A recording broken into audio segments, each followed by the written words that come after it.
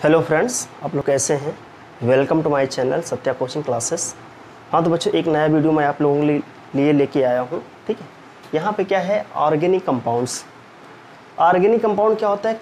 Organic compounds आपको पता होगा कि हाइड्रोकार्बन होते हैं। कार्बन और हाइड्रोजन जो है आपस में संयोग करके हाइड्रोकार्बन बनाते हैं। ठीक है, तो यहाँ पर हम ये देखेंगे ऑर्गेनिक कंपाउंड का क्लासिफिकेशन।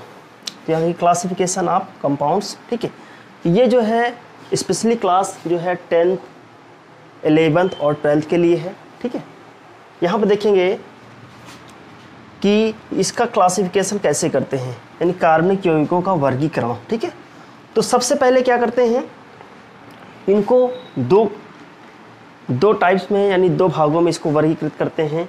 पहला क्या है, ओपन चेन कंपाउंड। दूसरा क्या है, क्लोज चेन कंपाउंड। इसको हिंदी में बोलते हैं क्या, खुली श्रृंखला के यौगिक, और इसको क्या बोलते हैं, बंद श्रृंखला के यौगिक। ठीक है, अब हम सबसे पहले समझेंगे खुली श्रृंखला के यौगिक क्या होते हैं। तो इसमें ये होता है, खुली श्रृंखला के यौगिक में जो कार्बन होते हैं, देखिए ये कार्बन है, इनके जो सिरे होते हैं, दोनों सिरे क्या होते हैं, स्वतंत्र होते हैं, यानी आपस में ये जुड़े हुए नहीं होते हैं। तो इस प्रकार की जो श्रृंखला होगी वो क्या होगी, खुली श्रृंखला के यौगिक। ठीक है, जैसे इसमें क्या करें, हाइड्रोजन लगा देंगे, यहाँ आप देखेंगे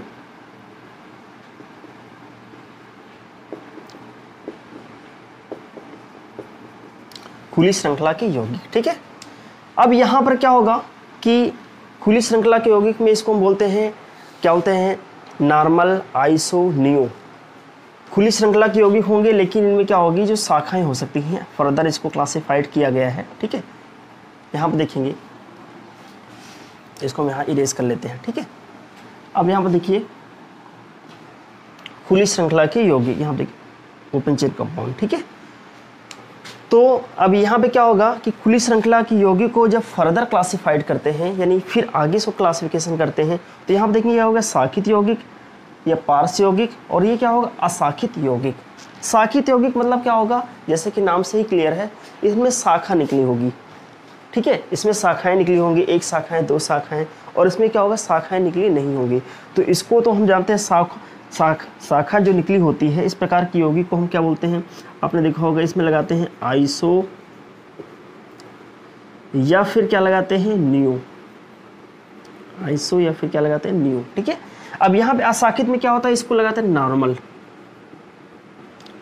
नॉर्मल, या इसको स्मॉल एन से ऐसे डिनोट करते हैं। ठीक है, अब यहाँ पे देखेंगे एक एग्जांपल देख लेंगे तो आपको समझ में आ जाएगा शाखित यौगिक का। ठीक है, देखिए यहाँ पे ये है, ये कार्बन। ठीक है, यहाँ पर ये कार्बन मैंने लगा दिया है, सभी में हाइड्रोजन लगा देंगे। ठीक है, तो यहाँ पर जो है एक हाइड्रोजन हो जाएगा। ठीक है, यहाँ पे H3 हो जाएगा, यहाँ पे देखिए H3 हो जाएगा। अब देखेंगे तो इनमें क्या एक शाखा निकली हुई है, इसका नाम क्या होगा, इसका नाम देखेंगे 1 2 3 4 कार्बन है, तो ये हो जाएगा आइसो ब्यूटेन। क्योंकि 4 कार्बन को हम क्या बोलते हैं, आइसो ब्यूटेन। ठीक है, इसी प्रकार हम देखेंगे एक इसका और देख लेंगे, यहाँ पे क्या होगा, 5 कार्बन होगा ये, तो सभी में हाइड्रोजन लगा देंगे, तो ये क्या होगा, आइसो पेंटेन होगा। ठीक है, तो इसमें आप देखेंगे एक शाखा निकली हुई है, और इसमें क्या हुआ, 2 शाखा निकली हुई है। इसमें भी आप हाइड्रोजन अगर लगा देंगे ऐसे, कार्बन काउंट कर लेंगे कितने कार्बन हैं, तो आप देखेंगे ये 5 कार्बन हैं, तो 5 कार्बन को क्या बोलते हैं, वो नियो पेंटेन। ठीक है, और यहाँ पर इसका क्या होगा, इसका एग्जांपल मैं यहाँ पे समझा दे रहा हूँ। ठीक है, यहाँ पर देखेंगे कार्बन की सीधी श्रृंखला होगी CH3 CH2 CH3, तो इसको आप बोलेंगे, देखिए कार्बन की सीधी श्रृंखला है, इनमें कोई शाखाएं नहीं है, तो ये क्या हो जाएगा, प्रोपेन। और यहाँ पे N लगा देते हैं, N का मतलब होता है नॉर्मल का मतलब क्या है, सीधी श्रृंखला, तो ये हो जाएगा N प्रोपेन। ठीक है, इसी तरह की इस तरीके से आप आगे बढ़ सकते हैं, इससे हो जाएगा N ब्यूटेन, तो नॉर्मल ब्यूटेन या नॉर्मल पेंटेन, नॉर्मल हेक्सेन, ऐसे आगे बढ़ सकते हैं। ठीक है, तो ये क्या खुली श्रृंखला की जो यौगिक हैं, इनमें जो शाखित यौगिक और अशाखित यौगिक का जो क्लासिफिकेशन है आपको समझ में आ गया होगा। इस प्रकार हम आगे चलते हैं, बंद श्रृंखला के यौगिक, क्लोज चेन कंपाउंड। तो बंद श्रृंखला की यौगिक जो है, इसका जब फर्दर क्लासिफिकेशन करते हैं तो क्या आता है, समचक्रीय यौगिक और अचक्रीय यौगिक। समचक्रीय यौगिक मतलब क्या होता है कि इसमें जो है समचक्रीय यौगिक जो है, इसमें हम देखेंगे क्या होता है कि सबसे पहले बंध श्रृंखला में करेंगे। देखिए ये बंध श्रृंखला के यौगिक होंगे। तो बंध श्रृंखला के यौगिक को आप समझ लीजिए कि इसमें जो होगा कार्बन के जो सिरे होते हैं वो एक दूसरे से आपस में जुड़े होते हैं, ठीक है, और एक बंध श्रृंखला का निर्माण करते हैं। तो इस प्रकार के जो यौगिक होते हैं उनको बोलते हैं बंध श्रृंखला की यौगिक, ठीक है, या क्लोज चेन कंपाउंड। जैसे इसमें हाइड्रोजन आप लगा देंगे, सॉरी यहाँ पे हाइड्रोजन आप देख लेंगे कि देखिए इसकी 2 संयुक्ता ये है तो यहाँ पे 2 हाइड्रोजन लगेंगे इस समय। यहाँ पे भी क्या होगा, 2 हाइड्रोजन लगेंगे, इसमें भी 2 लगेंगे और इसमें भी 2 हाइड्रोजन लगेंगे। अब इसका नामकरण क्या होगा, देखेंगे क्या होगा, 4 कार्बन है, 1 2 3 4 का 4 कार्बन है। और ये क्या है, बंध श्रृंखला में, तो बंध श्रृंखला के लिए हम क्या लगाते हैं, साइक्लो। तो इस प्रकार ये हो जाएगा साइक्लो ब्यूटेन।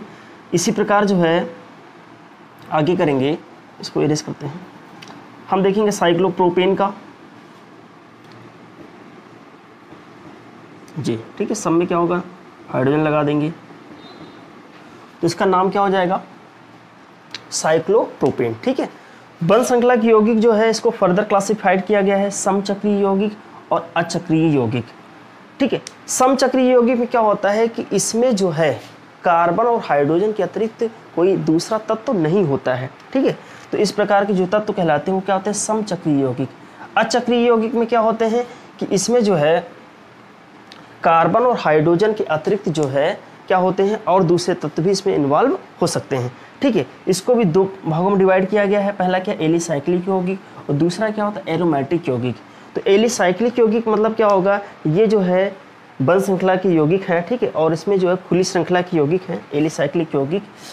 इनके जो गुणधर्म हैं ये क्या कहलाते हैं, समचक्रीय यौगिक के समान होते हैं, ठीक है। लेकिन एरोमेटिक यौगिक में क्या होते हैं, ये 6 कार्बन परमाणुओं का एक समूह होता है जो असंतृप्त यौगिक होते हैं। और जैसे कि आप जानते होंगे बेंजीन। और एरोमेटिक का मतलब क्या होता है कि एरोमेटिक एक ग्रीक शब्द है, ग्रीक वर्ड है, ठीक है, जिसका अर्थ होता है एक विशेष सुगंध। तो इस प्रकार की यौगिक में एक विशेष प्रकार की सुगंध पाई जाती है, ठीक है, जिनको क्या बोलते हैं, एरोमेटिक यौगिक। जैसे इसका एग्जाम्पल क्या होगा, बेंजीन या बेंजीन के समजात यौगिक या बेंजीन के व्युत्पन्न, ठीक है। ये क्या कहलाएंगे, जैसे आप देखेंगे बेंजीन ये है, यहाँ पे आपने देखा होगा, तो बेंजीन ये, तो ये क्या कहलाएंगे, एरोमेटिक यौगिक, ठीक है, ठीक है।